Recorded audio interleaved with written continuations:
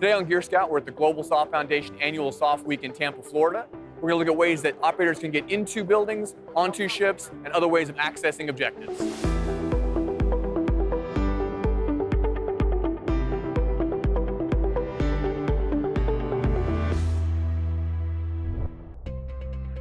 I'm Chris with Hurst Tactical, and I'm here to show our Tactical 258 breaching tool.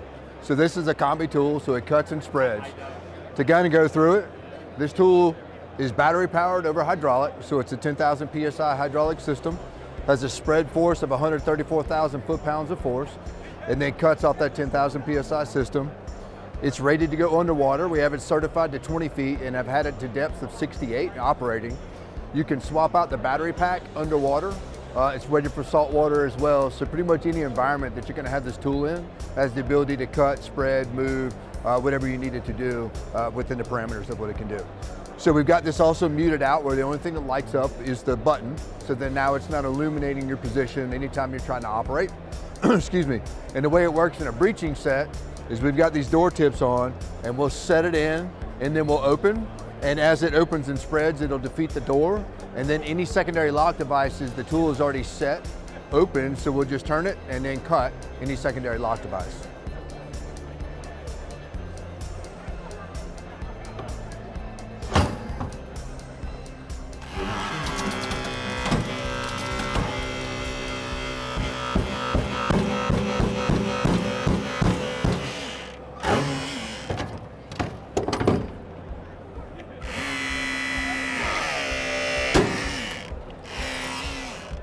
So that's the tactical breaching tool.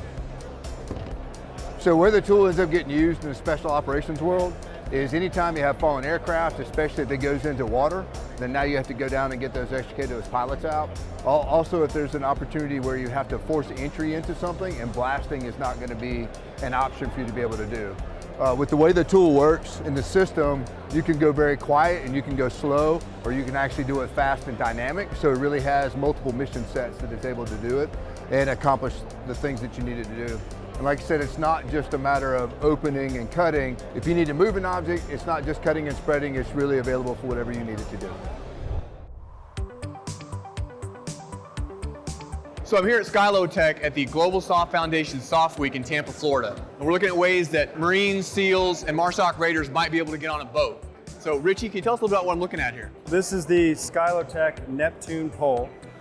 Its entire intention is to conduct VBSS operations. What's a VBSS operation? So vessel boarding, search and seizure. And what this pole is it's a 6-piece carbon fiber tube set that's meshed together. And there's a variety of different hook configurations that you can use depending on what the end user is trying to accomplish. So the way we have it configured right now, this is our Sierra hook. It's a fully titanium hook that's rated to over 2,500 pounds of direct load. And then the arch load is, I want to say, over 4,000 pounds.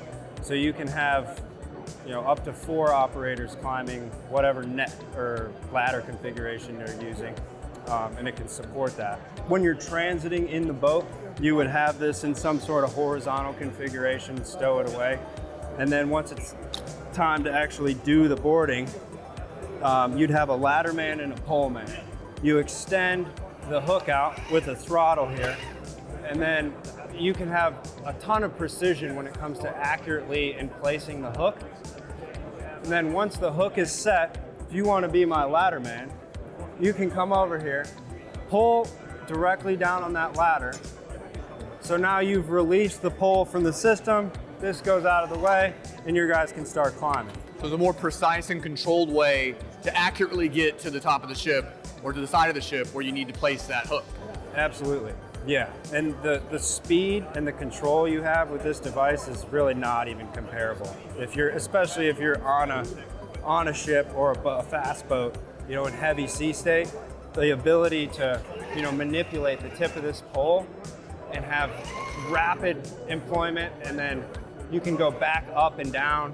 You can put this hook exactly where you need it every single time. So this doesn't look quite big enough as it is to get to the top of a ship. What different sizes does this come in? So this is a demo unit specifically made for trade shows, but this pole will come in a 12-meter size, a 16-meter size, and a 20-meter length. How much does something like this weigh? So a 12-meter version would weigh 35 pounds, a 16 is 42 and a half roughly, and then the 20 meters, 50 pounds. So one person can't pick this pole up and move it around. Man portable, a single person can carry it, 2 people can use it, and 3 people can climb at a time or more. Yeah, you can get 4 people on the ladder at a time, depending on the ladder. But you got some other kit we're gonna check out, so let's go check that out. Absolutely.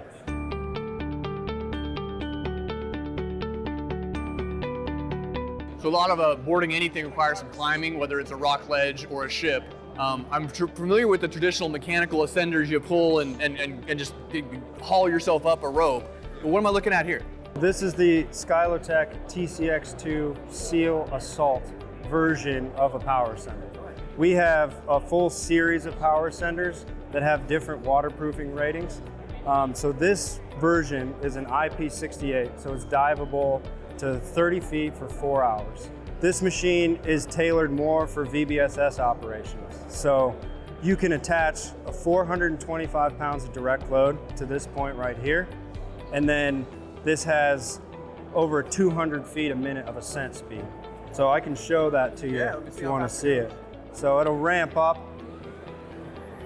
and then you can board the side of the ship very quickly. This is an encrypted Bluetooth frequency that will run up to 200 meters. So you can keep it controlled on the remote, or you can attach personnel directly to the machine. So if I didn't have one of these, how am I getting up that rope? Either with a ladder or ascending it manually with ascenders like we have over there. A little bit of an arm workout. Yeah, a lot of an arm workout, yeah. Well, I think you got one more thing we're gonna look at here. We're gonna take off and to check that out real quick. I appreciate you showing this to us. Yeah, of course. So I'm here at Skylotech talking with Marcus about their breaching kit. Marcus, you got a lot of cool tools here. Can you tell me a little bit about what each of these does? Yeah, so this is some of the tools. Basically, we provide a pretty wide concept of different breaching tools to suit every different needs. So everything from like the heavy stuff, if you can bring the heavy stuff, you will have everything you need, but not all units can do that. Then we also have more compromised stuff like glide kit, tactical kit, or the collapsible tools, and even smaller stuff. So we provide different kits, pretty much. So you can kind of mix and match different pieces you need for the kit you need for that particular mission? You could mix and match. We recommend that you stick with each kit. You could take one tool if you want to, but I recommend that you bring the kit, because when you bring in the kit, you will be able to breach both in and outward going doors, and pretty much no matter the quality of the door. So these are designed to breach both like wooden doors, plastic doors, PVC doors, but also steel doors and security doors, even with hook locks and stuff, no matter if it's in and outward going.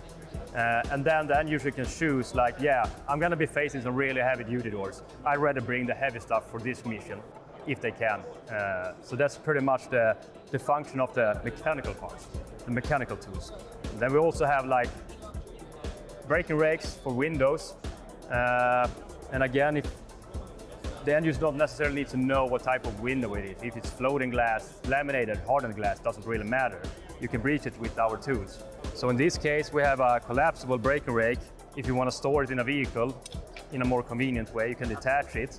You can still use it as this one if you want to, but you can attach to get some leverage, get away from the window and so on. Why the shape like this? What's the design do for you as you're breaking rake glass? Yeah, so the first thing you want to do with the window is punch a hole to get access through the window.